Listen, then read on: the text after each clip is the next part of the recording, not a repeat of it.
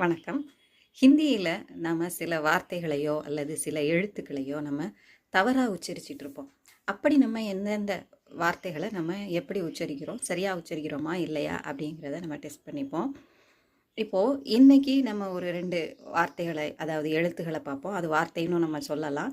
வேற்றுமை உருபாவும் இருக்கு. அது ப்ரொனவுனாவும் இருக்கு. ஸோ நம்ம அத நம்ம பார்க்கலாம். அது நீங்க எப்படி உச்சரிக்கிறீங்க அப்படிங்கிறத சொல்லுங்க.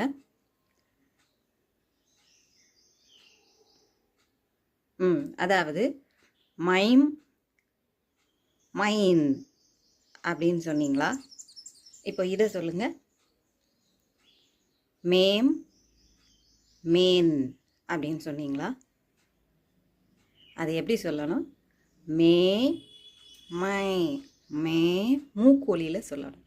ஏன்னா அதுக்கு மேலே உள்ளது வந்து அம்முக்கு மேலே இருக்கக்கூடிய அந்த புள்ளியல்ல சந்திரபிந்துன்னு சொல்லுவோமே அது.